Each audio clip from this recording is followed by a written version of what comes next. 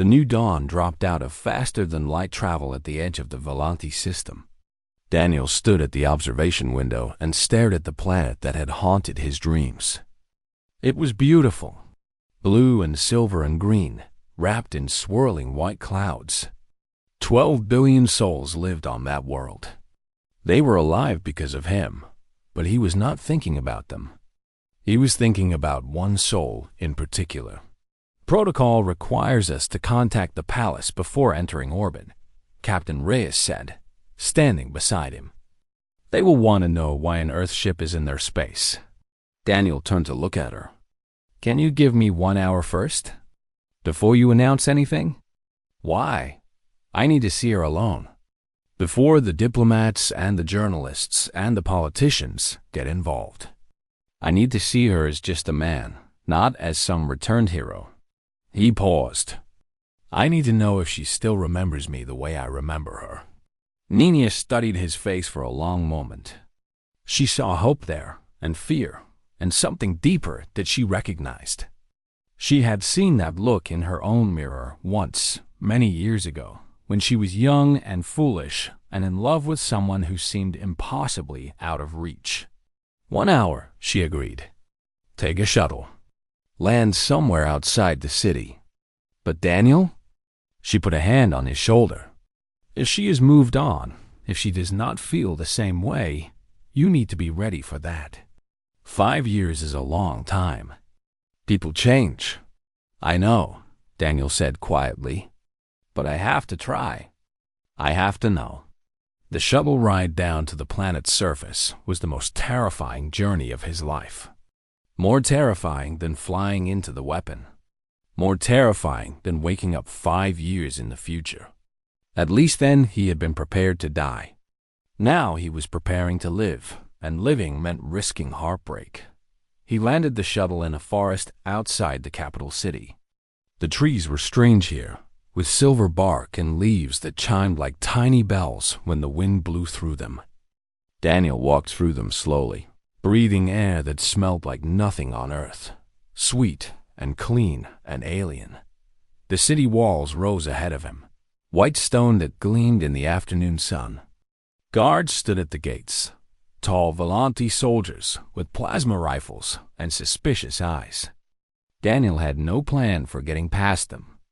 He simply walked forward and hoped for the best. Halt, human. A guard stepped into his path. State your business. Daniel looked up at the soldier. The Volanti was nearly 7 feet tall, with silver skin and the blank expression of a professional warrior. Daniel felt very small and very human standing before him. My name is Daniel Cole. I am here to see Queen Lysara. The guard's expression did not change. The Queen does not see random visitors, especially not humans who arrive without appointment.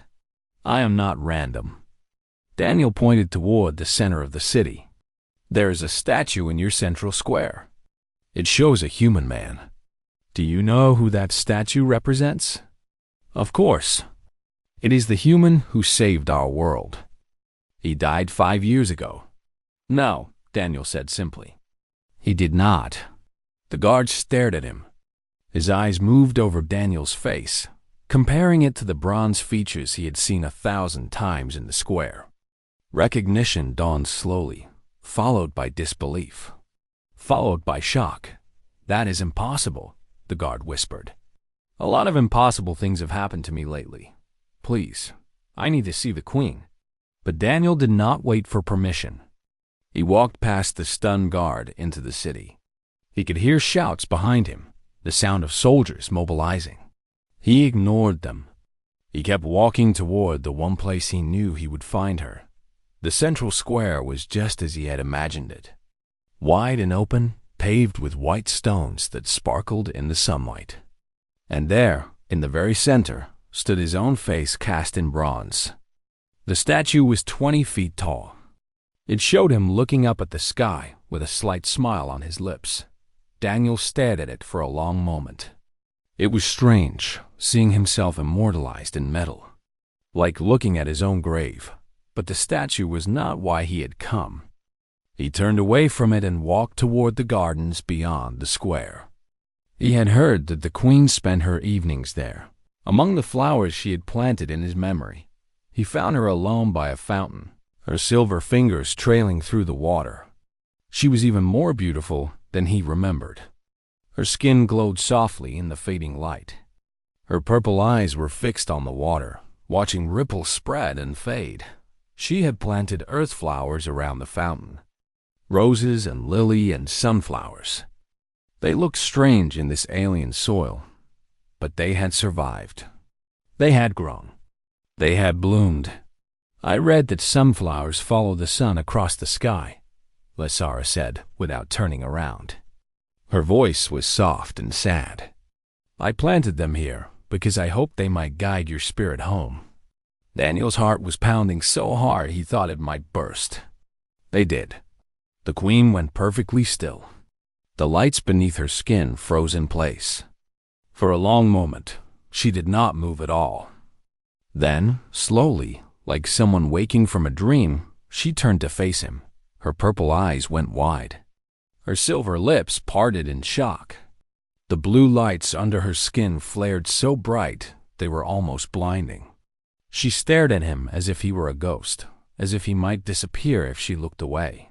"You were dead," she whispered. "I was lost," Daniel replied. "There is a difference. 5 years." Her voice broke on the words. "I have stood before your statue for 5 years. I have spoken to your bronze face every night. I have refused every suitor because none of them were you." "I know." Daniel took a step toward her. "They told me. A queen who waits 5 years for a dead man. A queen who plants earth flowers in alien soil. A queen who builds monuments to strangers. You are not a stranger." Tears were flowing down her silver cheeks now, leaving trails of light in their wake. "You were the man who smiled at death because he thought saving me was worth dying for. How could I ever forget that? How could I ever love anyone else?" Daniel closed the distance between them. He stood before her, this alien queen who had haunted his thoughts since the moment he woke.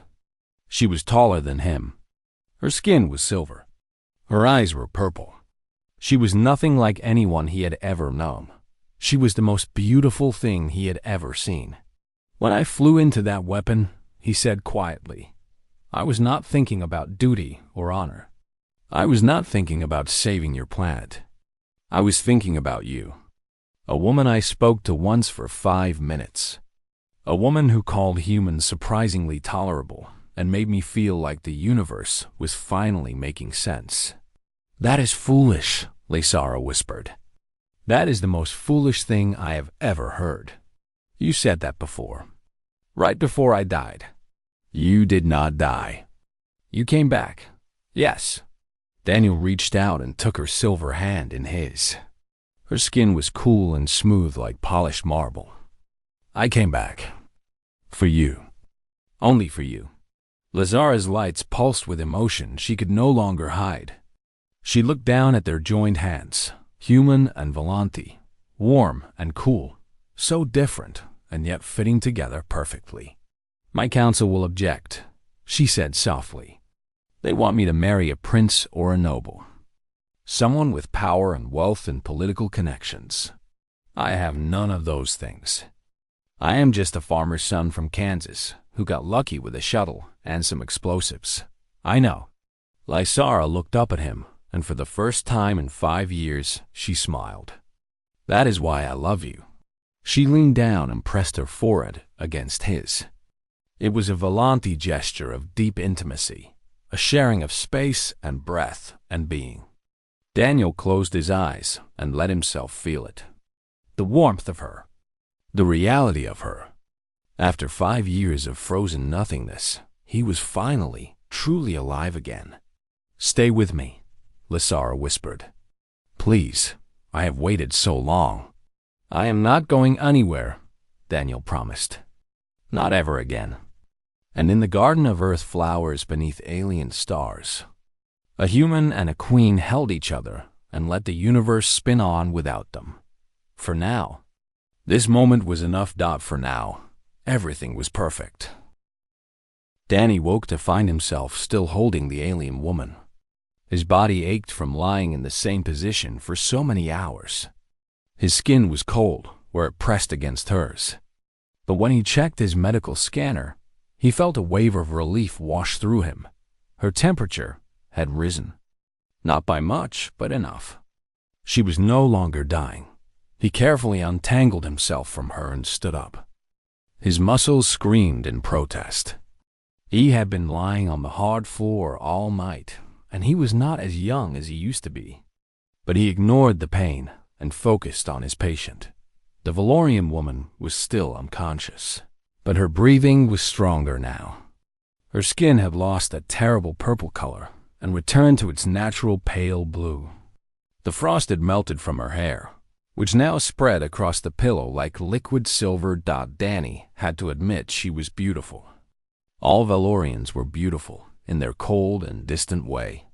They had faces like sculptures, perfect and symmetrical. Their movements were graceful and smooth. Looking at them was like looking at art come to life. But beauty did not make them kind. Danny had learned that lesson many times. He made himself some coffee and sat down to wait. There was nothing else he could do. The storm was still raging outside, trapping them both in this tiny hut. The communication array was down, damaged by the wind. He could not call for help. He could not send the woman away. They were stuck together until the weather cleared. It was almost noon when she finally opened her eyes. Danny was eating a protein bar when he heard her gasp. He looked up to see her sitting upright, her silver eyes wide with fear and confusion. She looked around the hut, taking in the metal walls, the glowing thermal generator, the human man watching her from across the room. Then she looked down at herself and saw the blankets wrapped around her body. She touched her face, her arms, her chest. She was checking to make sure she was still alive. "You are safe," Danny said quietly. "You are in my outpost. I found you outside in the storm." The woman stared at him. Her eyes were like mirrors, reflecting the orange glow of the heater. When she spoke, her voice was weak and rough. "Human," she said. It was not a greeting. It was an observation, a statement of fact. And the way she said it carried a weight of meaning that Danny understood all too well. "Yes," he replied. "My name is Danny Cole. I am a surveyor for the Galactic Mining Consortium." The woman continued to stare at him. Danny could see her mind working, trying to process her situation. She was a Valorian, one of the most powerful beings in the galaxy, and she had been saved by a human. A member of the species her people consider barely more than animals. "I am Kira Velsan," she finally said. "I am a xenobiologist with the Valorian Science Academy." Danny nodded. "Nice to meet you, Kira. How are you feeling?" She did not answer the question. Instead, she pulled the blankets tighter around herself and looked toward the door. "The storm," she said. "How long?" "Started 3 days ago. Could last another week. These blizzards are unpredictable." Kira closed her eyes. Danny could see the despair on her face. She was trapped here, in this tiny hut, with a human. For her, it was probably worse than dying in the snow. "What happened to you?" Danny asked. "How did you end up out there?" Kira was silent for a long moment. When she spoke, her voice was flat and empty. "My shuttle crashed 2 kilometers east of here. I was conducting research on the ice formations when the storm hit. I tried to wait it out, but the shuttle's heating system failed. I saw your heat signature on my scanner and walked." Danny whistled softly. 2 kilometers in that storm. It was a miracle she had made it even halfway. "You are very lucky," he said. "Lucky." Kira repeated the word as if it tasted strange in her mouth. "Yes, lucky." She fell silent again. Danny finished his protein bar and cleaned up his small kitchen area. He could feel her eyes on him, watching every move he made. He wondered what she was thinking. Probably nothing kind, After a while, Kira spoke again. "You saved me." "Yes. Why?" Danny turned to look at her. She was sitting up now, the blankets fallen around her waist. Her thin environmental suit was still torn, showing glimpses of blue skin beneath.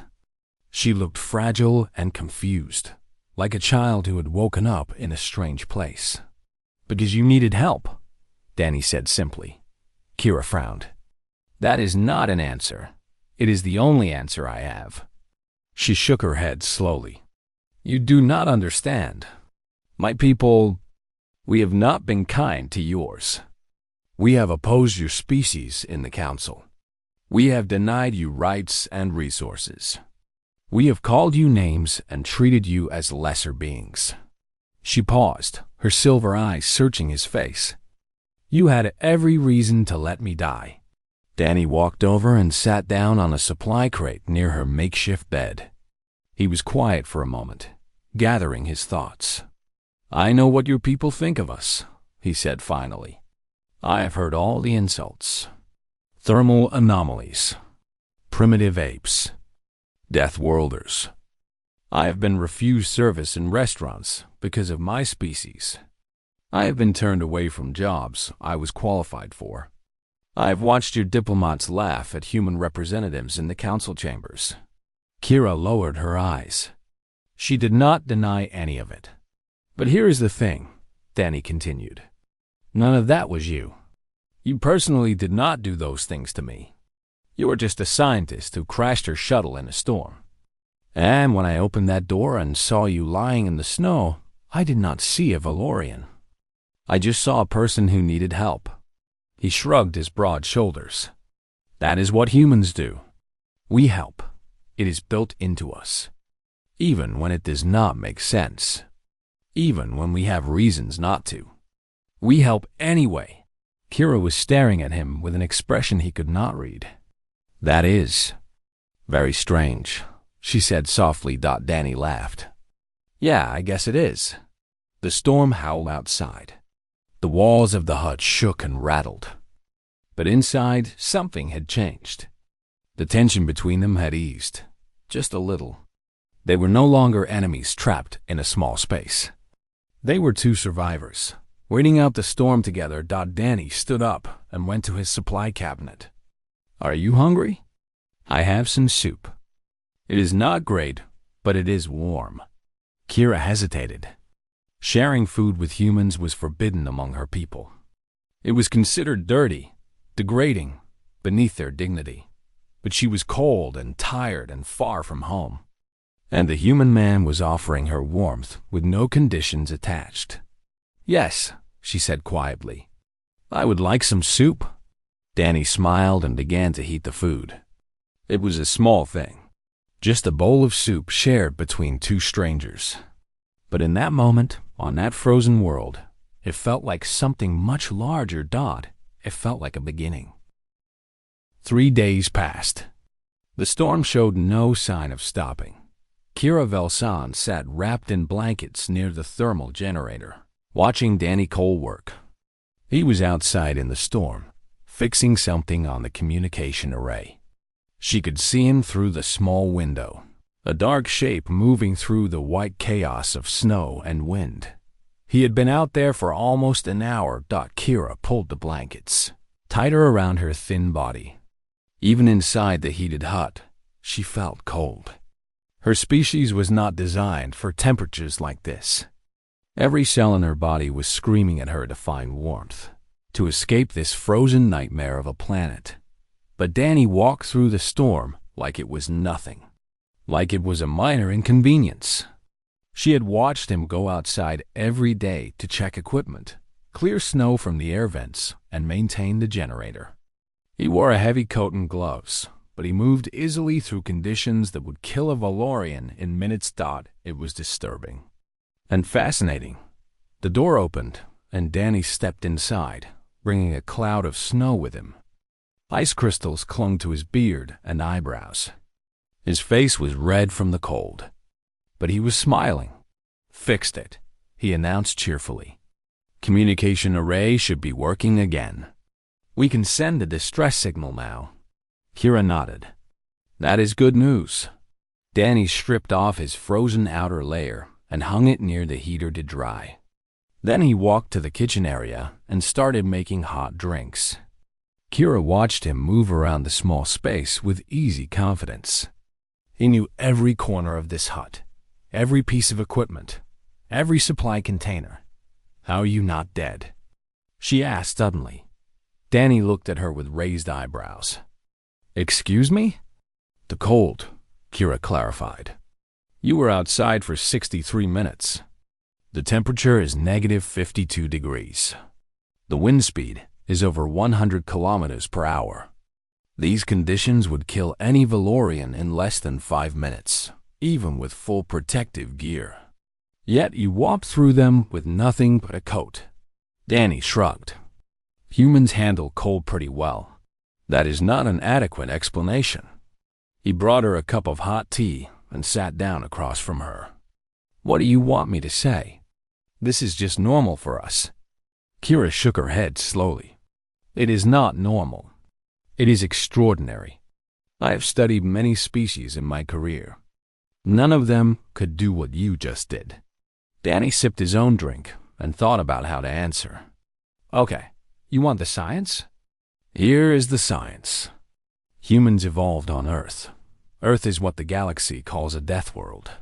Kira had heard this term before. Death worlds were planets with extreme conditions that most species could not survive. They were rare, and life forms that evolved on them were considered dangerous and unpredictable. Earth has wild temperature swings, Danny continued. Some places get over 50 degrees hot. Other places get over 50 degrees cold. Sometimes the same place gets both, depending on the season.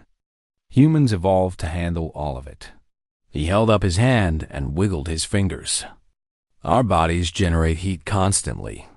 We burn food and turn it into warmth.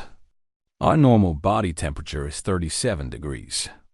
That is hot enough to cook bacteria and kill infections. It is hot enough to keep us moving in freezing conditions while other species shut down. Kira stared at his hand. She had felt that heat when he held her on the first night. It had felt like lying next to a fire. At the time, she had been too cold and too scared to think about what it meant. Now she understood. You are like living heaters, she said slowly. Danny laughed. Pretty much. Humans are basically space furnaces. It is why we can work in places like this. Cold does not bother us the way it bothers most species. Kira set down her tea and leaned forward. Her scientific curiosity was stronger than her cultural biases now. What else? What else makes humans different? Danny thought about it. Well, we can eat almost anything. Plants, animals, fungi. Even things that are poisonous to other species. Our digestive systems are extremely flexible. Go on. We can run for incredibly long distances. Back on Earth, before we had vehicles, humans used to hunt by chasing animals until the animals collapsed from exhaustion. We could run for hours and hours without stopping. Kira's eyes widened. That is frightening. We heal fast, too. Broken bones, torn muscles, deep cuts.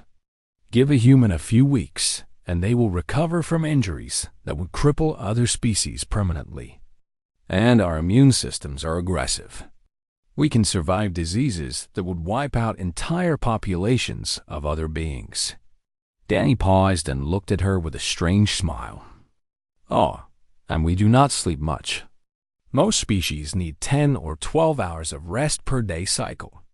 Humans can function on 6 hours, sometimes less. We can stay awake for days if we need to, though it is not good for us. Kira sat back in her chair. She felt like she was seeing humans for the first time. Her whole life, she had been taught that humans were primitive, backwards, inferior to the elder races like the Valorians. But now she realized the truth. Humans were not primitive. They were adapted. They had evolved on a planet that tried to kill them in 1,000 different ways. And instead of dying, they become something remarkable, something tough and resilient and almost impossible to destroy. Your planet made you into survivors, she said softly. Danny nodded. That is one way to put it. My people call you Death Worlders as an insult. But it is not an insult at all. It is a statement of fact. You come from death, and you carry it with you. You survive things that would destroy anyone else. Danny was quiet for a moment. Then he said something that surprised her. It is not just about surviving. It is about helping others survive too. Humans have always worked together. Tribes, families, communities. We take care of each other. When one person is hurt, others carry them. When one person is cold, others share their warmth. It is built into our nature. Kira thought about the first night. Danny had held her in his arms for hours, sharing his body heat to keep her alive. He had done it without hesitation, without complaint, without asking for anything in return. She had thought it was strange at the time. Now she understood. He had not saved her despite being human. He had saved her because he was human. I have made a terrible mistake, Kira whispered. What do you mean? She looked at him with new eyes. My whole life, I believed what I was taught. That humans were inferior. That you did not deserve respect. That keeping you out of the council was the right thing to do. She shook her head slowly. I was wrong. My people were wrong. We looked at your short history and your primitive technology and decided you were nothing. We never bothered to look deeper. Danny did not seem angry or offended. He just nodded calmly. Most species make that mistake. It is okay. We are used to being underestimated. It is not okay, Kira insisted. It is ignorant and cruel. And when I return to my people, I am going to tell them the truth about what I learned here. I am going to tell them about the human who walked through storms that would kill us, who stayed awake for days to keep a stranger alive, who shared his food and his warmth with someone from a species that has treated him with nothing but contempt. She reached out and touched his hand. It was warm like always. Warm and strong and full of life. Thank you, Danny Cole, for showing me who humans really are. Danny smiled at her. It was a gentle smile, without pride or triumph. Just simple human kindness. You are welcome, Kira. That is what we do. Outside, the storm continued to rage. But inside the small hut, something important had changed. A wall had come down between two species. And in its place, something new was beginning to grow. On the fifth night, everything almost fell apart. Kira was sleeping when the alarm went off.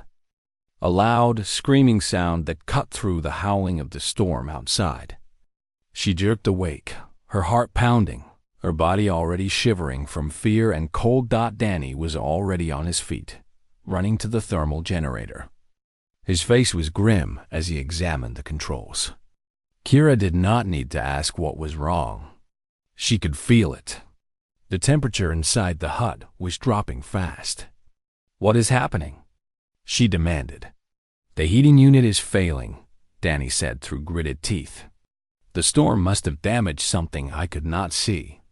The whole system is shutting down. Kira felt a spike of pure terror. Without heat, she would be dead within hours. Maybe less. Her body simply could not survive in these temperatures. Danny grabbed his tools and started working on the generator. His hands moved fast and sure, opening panels, checking connections, replacing parts. Sweat ran down his face despite the falling temperature. He was completely focused, completely determined. Minutes passed. The cold crept deeper into the hut. Kira wrapped herself in every blanket she could find, but it was not enough. Her fingers were going numb. Her breath came out in white clouds. She could feel her body starting to shut down, just like it had on that first night when she had crawled through the storm. Danny, she said weakly. Danny, I cannot. Just hold on, he said without looking up. I almost have it. Just hold on a little longer. Kira tried. She really tried. But the cold was too strong. It was seeping into her bones, slowing her thoughts, making her want to close her eyes and sleep. She knew what that meant. Sleeping in the cold meant dying in the cold. She watched Danny work. His bare hands were red and raw from the freezing metal. He had taken off his gloves to get better grip on the tools. It must have been agonizing, but he did not stop. He did not even slow down. An hour passed. Then another. Danny worked without rest, without complaint. Several times, Kira heard him curse under his breath when something did not work. But he never gave up. He just tried something else. Finally, after what felt like an eternity, the generator hummed back to life. Warm air began flowing through the vents. The temperature started to rise. Danny slumped against the wall, exhausted. His hands were shaking. There was blood on his knuckles where he had scraped them against sharp edges. But he was smiling. Fixed it, he said. We are okay. We are going to be okay. Kira burst into tears. It surprised her. She had not cried since she was a child. Valorians were taught to control their emotions, to remain calm and dignified at all times. Crying was considered a sign of weakness, a failure of self-discipline. But she could not stop. The fear, the cold, the relief, the gratitude. It all came pouring out of her in great shaking sobs. She buried her face in the blankets and wept like she had never wept before. She felt Danny sit down beside her. He did not touch her. He just sat there, close enough that she could feel his warmth. It is okay, he said softly. Let it out. You are safe now. When the tears finally stopped, Kira felt empty and raw, but also strangely lighter, like she had been carrying a heavy weight for years and had finally set it down. She looked at Danny. He was watching her with concern in his eyes. Not pity, not disgust. Just genuine concern for another living being. Why? She asked. Her voice was hoarse from crying. Why do you keep saving me? Your hands are bleeding. You worked for hours in the freezing cold. You could have just given up and saved yourself. Why do you keep fighting for someone who is not even your own species? Danny was quiet for a long moment. When he spoke, his voice was gentle. Can I tell you a story? Kira nodded. When I was a boy on Earth, my grandfather told me something. He said that humans have a special gift. Not intelligence or strength or technology. Those things other species have too. Our special gift is that we care. We look at strangers and we see ourselves. We look at suffering and we want to make it stop. Even when it costs us. Even when it hurts. He looked at his injured hands. My grandfather said this gift was both our greatest strength and our greatest weakness. It makes us vulnerable. It makes us easy to take advantage of. But it also makes us worth something. It makes our lives mean something beyond just survival. Kira listened in silence. She had never heard anyone talk like this. Valorians valued logic, efficiency, self-interest. The idea of sacrificing for strangers was considered foolish and irrational. When I saw you lying in the snow, Danny continued, I did not think about what species you were. I did not think about politics or history or all the ways your people have hurt me. I just saw someone who needed help. And I thought, if I walk away from this, who am I? What kind of person lets another living being die when they could do something? He met her eyes. I would rather bleed a little than live with that kind of emptiness inside me. Kira felt something shift in her chest. Something old and hard that had been there her whole life. It cracked and began to crumble. I do not deserve your kindness, she whispered. My people do not deserve it. Maybe not, Danny agreed. But that is not the point. The point is who I want to be. The kind of person I want to see when I look in the mirror. Kindness is not about deserving. It is about choosing to be good, even when the world gives you every reason not to be. Kira reached out and took his injured hand in hers. His skin was rough and warm against her smooth, cool fingers. It was an intimate gesture among her people, a sign of deep connection and trust. "I have been cold my whole life," she said softly. "Not just physically, inside. My people live for thousands of years, but we live alone. We do not connect. We do not care. We exist, but we do not truly live." She squeezed his hand gently. "You have shown me something I never knew existed. This warmth you have. This ability to care about others. It is beautiful, Danny. It is the most beautiful thing I have ever seen." Danny squeezed back. "Then take it with you. When you leave this place, carry that warmth inside you. Share it with others. That is how we make the universe a little less cold." They sat together in the warming hut, holding hands in silence. Outside, the storm raged on. But inside, something extraordinary had happened. A Valorian had learned to feel Dot, and a human had reminded her that feeling was worth the pain. The night passed slowly. They talked for hours about everything and nothing. About their homes, their dreams, their fears. About the vast gulf between their species and the tiny bridge they had built across it. When morning came, Kira knew she was different.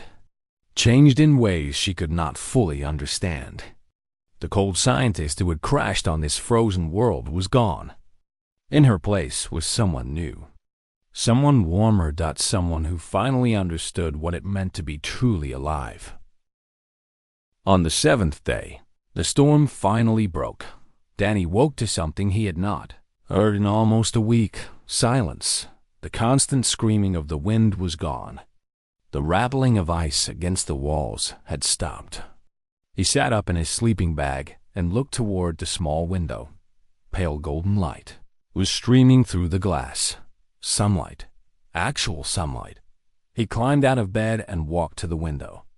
Outside, the frozen plains of Kestrel 7 stretched to the horizon, gleaming white and silver under a clear blue sky. The storm clouds had moved on, leaving behind a world that looked clean and new. "It is over," Kira said softly. She had woken up too and was standing beside him, looking out at the frozen landscape. "The storm has passed." Danny nodded. He felt a strange mix of emotions. Relief that they had survived. Sadness that their time together was ending. And something else. Something he did not want to name. They ate breakfast together in comfortable silence. Then Danny went outside to check on the communication array. It was working perfectly. The distress signal he had sent 3 days ago had been received. Help was coming. Within 2 hours, they heard the sound of engines in the sky. 2 ships appeared on the horizon. One was a consortium rescue shuttle, coming to pick up Danny and assess the damage to his outpost. The other was a Valorian diplomatic vessel, sleek and silver and beautiful, coming to collect their missing scientist. The ships landed on the frozen plain outside the hut. Danny and Kira stood together at the door, watching as the crews climbed out and made their way across the snow. The consortium crew was led by a cheerful woman named Linda Hayes. She hugged Danny like an old friend and immediately started asking questions about his condition, his supplies, his mental state after a week alone in the storm. Danny smiled and answered her questions, but his eyes kept drifting to the Valorian ship. A tall figure was walking toward them. He wore the formal uniform of the Valorian military, and his face was as cold and hard as the ice beneath his feet. 2 guards followed behind him, their hands resting on their weapons. "Commander Thane Velkos," Kira said quietly to Danny. "He is from my academy. He will not be happy about any of this." The commander reached them and stopped. His silver eyes swept over Danny with obvious disgust. He looked at the human the way one might look at an insect that had crawled into a clean room. "Scientist Velsan," he said coldly. "You appear to be alive." "Yes, Commander. Thanks to this man." Commander Thane barely glanced at Danny. "You harbored one of our citizens?" Danny met his eyes calmly. "She was dying in the snow. I brought her inside and kept her warm until the storm passed." The commander's lip curled. "You touched her?" "I saved her life. That was not what I asked." Commander Thane took a step closer, looming over Danny. He was much taller than the human, and he clearly wanted to intimidate. Physical contact between Valorians and humans is forbidden. It is considered contamination. "You should have left her outside." Danny did not back down. "Then I guess I contaminated her. And I would do it again." For a moment, Danny thought the commander might strike him. The guards behind Thane tensed, ready for orders. The air between the two men was thick with tension. Then Kira stepped forward. "Commander Thane," she said, her voice clear and strong. "I need to make a formal report about what happened here." Thane turned to her with cold eyes. "You can make your report on the ship." "No, I will make it here, now, in front of everyone." She took a deep breath and looked around at the gathered crowd. The consortium crew, the Valorian guards, Danny, all of them watching, waiting. "This human saved my life," Kira began. "Multiple times. He pulled me from the snow when I was dying. He shared his body heat when my temperature dropped. He fixed the heating unit when it failed, working for hours in the freezing cold until his hands bled. He gave me food, shelter, warmth, and kindness. He asked for nothing in return." She paused, her silver eyes shining. "My people call humans thermal anomalies. We mean it as an insult. We use it to say that humans are strange, unpleasant, beneath our dignity. But I have learned what it really means." Kira turned to face Danny directly. "It means you burn, not just physically. You burn with life, with passion, with a stubborn refusal to let others suffer when you can help. You burn with warmth that you share freely, even with those who have done nothing to deserve it." She looked back at Commander Thane. "My people have lived for millions of years. We have built great civilizations, traveled to distant stars, achieved wonders that humans cannot yet imagine. But we have forgotten something important. We have forgotten how to care. We have become cold inside, as cold as the worlds we look down upon." Her voice grew stronger. "This human, in 1 week, taught me more about what it means to be alive than I learned in 300 years among my own kind. He showed me that strength is not about power or technology or living forever. Strength is about choosing kindness when cruelty would be easier. It is about helping strangers. It is about burning bright even when the universe is cold and dark." Commander Thane's face had gone very still. He was not used to being challenged, especially not by one of his own people. "Scientist Velsan," he said slowly, "you are speaking dangerously. The Council will not be pleased." "Then let the Council be displeased," Kira replied. "Let them hear what I have to say. Let them know that humanity deserves better than our contempt. These Deathworlders, these thermal anomalies, these primitive apes, they are stronger than we ever gave them credit for. And they are kinder than we have ever been." She reached out and took Danny's hand. It was a public gesture, witnessed by members of both species. Among Valorians, it was a declaration of profound respect and connection. "I owe this man my life," Kira said simply. "And I am honored to call him my friend." The silence stretched out across the frozen plain. Nobody moved. Nobody spoke. Then, slowly, Linda Hayes from the consortium crew began to clap. Other humans joined in. Even one of the Valorian guards, a young woman with uncertain eyes, brought her hands together softly. Commander Thane looked around at the gathered crowd. His face was unreadable, but Danny thought he saw something flicker in those cold silver eyes. Something that might have been doubt, "We are leaving," the commander finally said. "Scientist Velsan, come." Kira nodded. She turned to Danny one last time. "Thank you," she said. "For everything? Will you be okay?" Danny asked. "When you get back." Kira smiled. It was a real smile, warm and genuine. Something that would have been impossible for her a week ago. "I do not know. I may face consequences for what I said today, but I do not care. Some things are worth saying, even if they are dangerous." She squeezed his hand. "I will not forget you, Danny Cole, and I will make sure my people hear the truth about humanity. It may take time. It may take years. But I will not stop until they understand." Danny smiled back at her. "Take care of yourself, Kira, and stay warm." She laughed. It was a beautiful sound. Then she turned and walked toward the Valorian ship. The guards followed her. Commander Thane paused for a moment, looking back at Danny with an expression that was hard to read. "You are a strange species," he said quietly. "I do not understand you." Danny shrugged. "Most people do not. That is okay." The commander said nothing more. He turned and followed his people to the ship. Danny watched them go. The Valorian vessel lifted off, silver and graceful against the blue sky. It rose higher and higher until it was just a bright star among the clouds. Then it was gone. Linda put a hand on Danny's shoulder. "That was quite a week you had." "Yeah," Danny agreed. "It really was. Think anything will change? With the Valorians?"